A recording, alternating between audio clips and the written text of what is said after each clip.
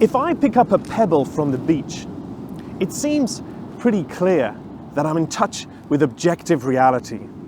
I'm holding a thing in my hand, a thing that would be essentially the same for anyone else who picked it up. Understanding the world around us wouldn't be quite so simple if I was holding, say, a ticket for a Madonna concert. There's usually no intrinsic value to the ticket.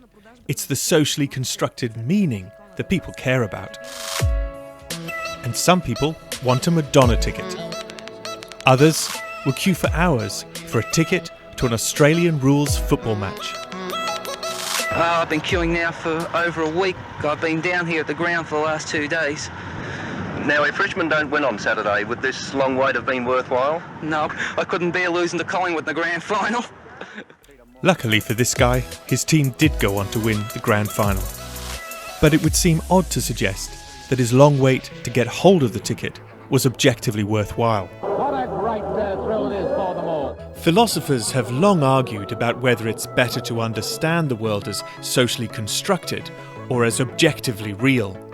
But this is no longer just an esoteric debate. In public discussions today, we have people passionately questioning the objective truth of the science behind climate change and debating the social construction of identity. So in this video, I thought it would be useful to sketch out the range of positions that philosophers have argued for. And at the end of the video, I'll suggest that we don't actually need to resolve this debate. There's a way that we can get beyond it. This is an episode of Go Meta, where I explore ideas in a way that I hope contributes to a culture of healthy public discussion. At the beginning of the video, the pebble I picked up seemed quite clearly to be an objectively real thing. My mind's eye seemed to be directly seeing and touching the pebble. And this kind of naive realism is how we experience the world as we go about our daily lives. But philosophers realized a long time ago that our experience of the world is completely mediated by our sensory perception of the world. We cannot see or touch directly the objective thing, so we must hope that there is a useful correspondence between the thing as we perceive it and the thing itself. This kind of position is known as a correspondence theory and manages to preserve the idea that there could be a useful one-to-one relationship between our experience of the world and objective reality itself.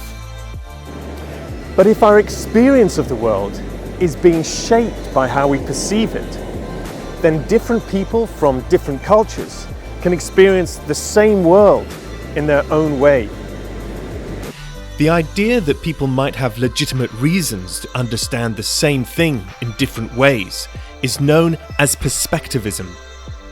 It may be that each perspective is highlighting certain true features while obscuring others, so there could still be a single objective reality that underlies all of these different perspectives.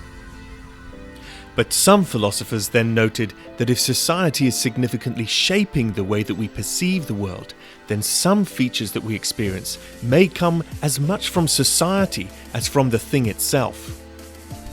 But in this kind of weak constructivism, there is still an important role that the world itself is seen to have in forming our experiences. The last position on this spectrum could be called strong constructivism. People who take this position believe that everything we can think about is shaped by our culture to such a degree that there is no way that we can meaningfully talk about an underlying reality that is independent of us.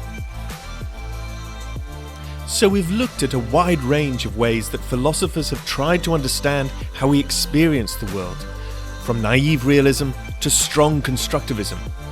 But which one of them is correct? Well, for me, it's not at all clear that any one of these positions is correct in all situations. Rather, I think that they each capture something that is useful to understand about the world in particular contexts. So we don't need to resolve this debate. Instead, we can go meta by asking which way of understanding the world is most relevant to each particular issue under discussion. And we can do this without giving up the confidence that there is indeed a real world that we can usefully understand. I hope you've enjoyed this video, and if you did, then please do share it on social media and subscribe to my channel and click on the like button, because all of these ways will encourage YouTube to share this video with more people. Thank you for watching.